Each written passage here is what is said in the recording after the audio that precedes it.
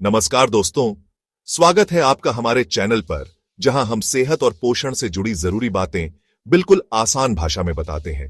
आज का विषय है प्रोटीन, फैट और कार्बोहाइड्रेट, यानी शरीर के 3 सबसे जरूरी पोषक तत्व। अगर आप जानना चाहते हैं कि ये तीनों हमारे शरीर में क्या काम करते हैं, इनके स्रोत क्या हैं और सही मात्रा कितनी होनी चाहिए, तो इस वीडियो को अंत तक जरूर देखिए। तो चलिए शुरुआत करते हैं कुछ बेसिक जानकारियों के साथ। कार्बोहाइड्रेट, फैट और प्रोटीन, ये तीनों न्यूट्रिएंट की मैक्रोन्यूट्रिएंट कैटेगरी में आते हैं, जिसमें कार्बोहाइड्रेट 50 से 60%, फैट 20 से 30% एवं प्रोटीन 10 से 15% आवश्यक होता है। तो पहले हम बात करेंगे प्रोटीन के बारे में। प्रोटीन शरीर की मूल संरचनात्मक इकाई है। यह शरीर की कोशिकाओं, ऊतकों, एंजाइम, हार्मोन और प्रतिरक्षा प्रणाली को बनाए रखने, मरम्मत करने और विकसित करने में मदद करता है। 1 ग्राम प्रोटीन में 4 किलो कैलोरी होती है। प्रोटीन के मुख्य कार्य की तरफ जाए तो यह मांसपेशियों की वृद्धि और मरम्मत करता है। एंजाइम, इम्यूनोग्लोबुलिन्स, एंटीबॉडीज और हार्मोन बनाता है। प्लाज्मा प्रोटीन्स बनाता है। बाल, त्वचा और नाखून को मजबूत करता है। इम्यूनिटी को मजबूत बनाता है। प्रोटीन के प्रकार की बात करें तो पहला आता है पूर्ण प्रोटीन, कंप्लीट प्रोटीन, जिसमें सभी 9 आवश्यक अमीनो एसिड होते हैं, जिसके स्रोत है अंडा, दूध, चिकन, मछली, सोया, पनीर। वैसे तो प्रोटीन अमीनो एसिड से मिलकर ही बना होता है, पर हमारे शरीर में इसके कंप्लीट एब्सॉर्प्शन के लिए सभी अमीनो एसिड जरूरी होते हैं। प्रोटीन को समझने के लिए अमीनो एसिड को समझना बहुत जरूरी है। अमीनो एसिड की बात करें तो अमीनो एसिड मेनली 2 प्रकार के होते हैं, जिसमें पहले बात करेंगे इसेंशियल अमीनो एसिड के बारे में। तो ये अमीनो एसिड्स वो होते हैं जो शरीर खुद नहीं बना पाता, इनको डाइट के द्वारा लेना पड़ता है। और दूसरा होता है नॉन एसेंशियल अमीनो एसिड, जो बॉडी खुद बनाती है। आगे हम अमीनो एसिड के बारे में कुछ महत्वपूर्ण बातें जानने की कोशिश करेंगे। अमीनो एसिड्स या इनको कन्वर्ट करने वाले एंजाइम्स की कमी से कुछ डिजीज या डिसऑर्डर होने की संभावना होती है, जिसमें बात करें तो फेनिलएलानाइन नामक अमीनो को टायरोसिन नामक नॉन एसेंशियल अमीनो एसिड में कन्वर्ट करने वाले एंजाइम की कमी से बच्चों में मेंटल रिटार्डेशन जैसी समस्या आती है। हीमोग्लोबिन में ग्लोबिन वाला पार्ट, जो कि डिफरेंट टाइप्स के अमीनो एसिड से मिलकर बना होता है, जिसमें वैलीन की जगह ग्लूटामेट के लेने से सिकल सेल एनीमिया होता है। आर्जिनाइन, जो कि एंटी डायूरेटिक हार्मोन बनाता है, और आर्जिनाइन की कमी से यह हार्मोन ना बनने के कारण डायबिटीज इंसिपिटस नाम की बीमारी होती है। इसी तरह ट्रिप्टोफैन, जो कि विटामिन B3 का फॉर्मेशन करता है, इस अमीनो एसिड की कमी से B3 नहीं बन पाता और पेलाग्रा नामक बीमारी होती है। बहुत से शाकाहारी फूड आइटम्स में सभी अमीनो एसिड नहीं होते, परंतु अगर आप विभिन्न प्रकार के अनाज और दालें मिलाकर खाते हैं तो शरीर को सभी आवश्यक अमीनो एसिड मिल सकते हैं। उदाहरण के लिए, अगर आप सिर्फ चावल खाएंगे तो सभी अमीनो एसिड नहीं मिलेंगे, लेकिन अगर आप चावल और दाल या रोटी और चना खाते हैं तो सभी अमीनो एसिड मिल सकते हैं। इसे प्रोटीन कंप्लीमेंटेशन कहते हैं। लेकिन कुछ शाकाहारी फूड आइटम्स जैसे soya, quinoa, chia seeds, buckwheat, amaranth और पनीर में 9 एसेंशियल अमीनो एसिड होते हैं, जिसके कारण ये कंप्लीट प्रोटीन में आते हैं। फिर आता है अपूर्ण प्रोटीन, इनकम्प्लीट प्रोटीन, जिसमें कुछ अमीनो एसिड की कमी होती है। इसके स्रोत दाल, चना, अनाज है। प्रोटीन की कमी के लक्षण कुछ इस प्रकार है: थकान और कमजोरी, बाल झड़ना, मांसपेशियों में दर्द या सिकुड़न, रोगों से लड़ने की शक्ति में कमी, बच्चों में विकास रुकना। बच्चों में प्रोटीन की कमी से मेनली 2 बीमारी होती है। मरास्मस डिजीज, जो कि 0 से 1 साल के बच्चों को होता है, जिसमें प्रोटीन के साथ साथ कैलोरीज और एनर्जी की भी कमी होती है।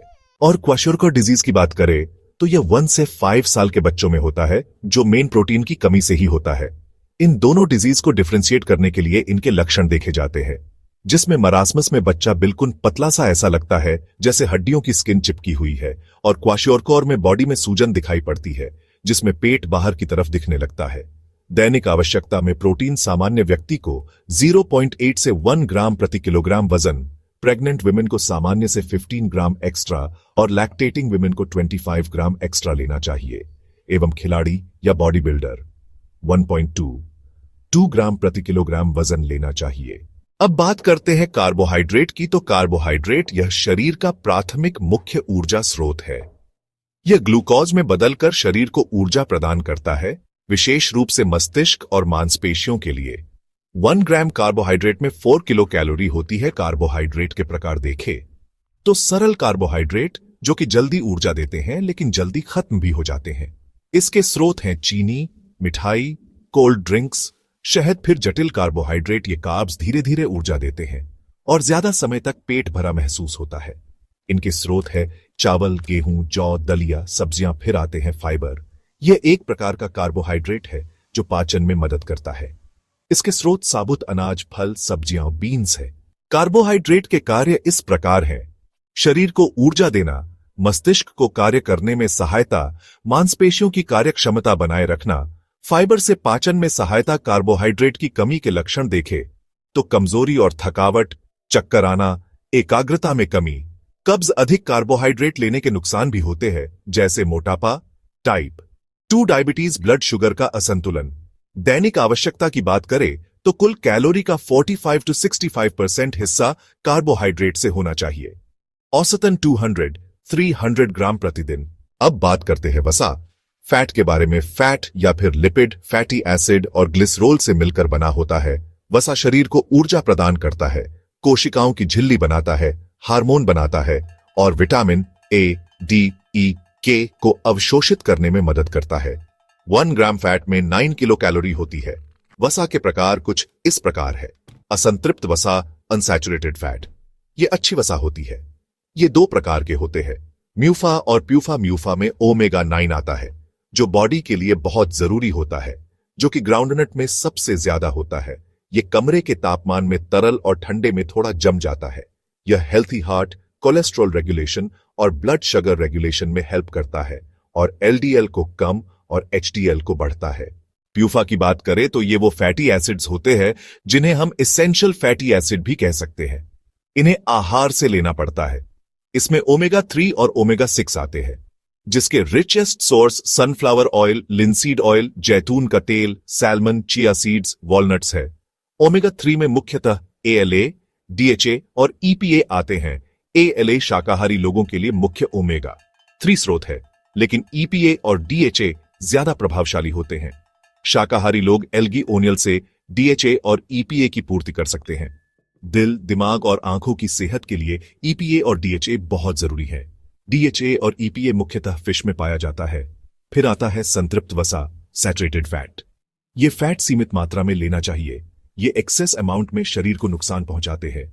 इसके स्रोत हैं घी, मक्खन, नारियल तेल, पनीर। फिर आते हैं ट्रांस वसा, ट्रांस फैट।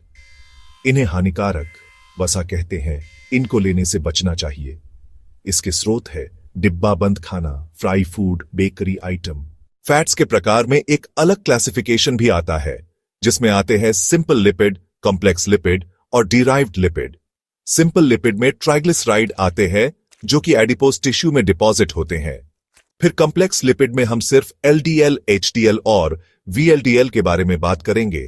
तो फिर बात करें एलडीएल की तो इसको लो डेंसिटी लाइपोप्रोटीन कहते हैं। यह कोलेस्ट्रॉल और ट्राइग्लिसराइड को लिवर से बॉडी के अलग अलग पार्ट में पहुंचाने का काम करता है, जो कि धमनियों और टिश्यूज में जमा होता है, जिसके कारण हार्ट अटैक, ओबेसिटी, डायबिटीज होने का खतरा होता है। इसका ब्लड में स्तर 100 से 150 मिलीग्राम पर डीएल होना चाहिए। इसी के समरूप वीएलडीएल कार्य करता है। और एचडीएल की बात करें तो इसे हाई डेंसिटी लिपोप्रोटीन कहते हैं। इसका काम कोलेस्ट्रॉल को ब्लड से लिवर तक पहुंचना होता है, जिससे लिवर कोलेस्ट्रॉल का मेटाबॉलिज्म कर सके। यह ऑर्गन्स और धमनियों को हेल्थी रखने का काम करता है। इसका स्तर ब्लड में 60 मिलीग्राम पर डीएल से ज्यादा होना चाहिए। और अंत में आते हैं डिराइव्ड लिपिड, जो कि बॉडी में कोलेस्ट्रॉल के फॉर्म में होते हैं। वसा के कार्य को देखा जाए तो ऊर्जा संग्रह करना, आंतरिक अंगों की सुरक्षा, शरीर के तापमान को बनाए रखना, हार्मोन निर्माण में सहयोग और विटामिन को स्टोर करना होता है। वसा की कमी के लक्षण इस प्रकार है: सूखी त्वचा, बालों का गिरना, हार्मोनल असंतुलन, विटामिन की कमी। दैनिक आवश्यकता की बात करें तो कुल कैलोरी का 20 से 30% वसा होना चाहिए, औसतन 40-70 ग्राम प्रतिदिन।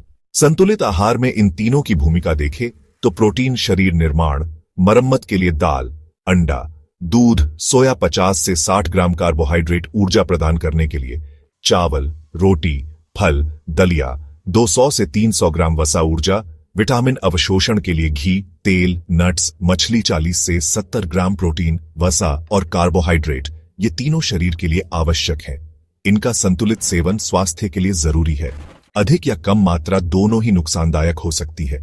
अगर ये जानकारी आपको पसंद आई हो तो वीडियो को लाइक करें, स्वस्थ रहने के लिए चैनल को सब्सक्राइब करें और इस वीडियो को अपने दोस्तों और परिवार में शेयर करना न भूलें। नीचे कमेंट में बताइए अगला वीडियो आप किस विषय पर देखना चाहते हैं। फिर मिलते हैं एक और हेल्दी जानकारी के साथ। तब तक के लिए स्वस्थ रहिए, खुश रहिए।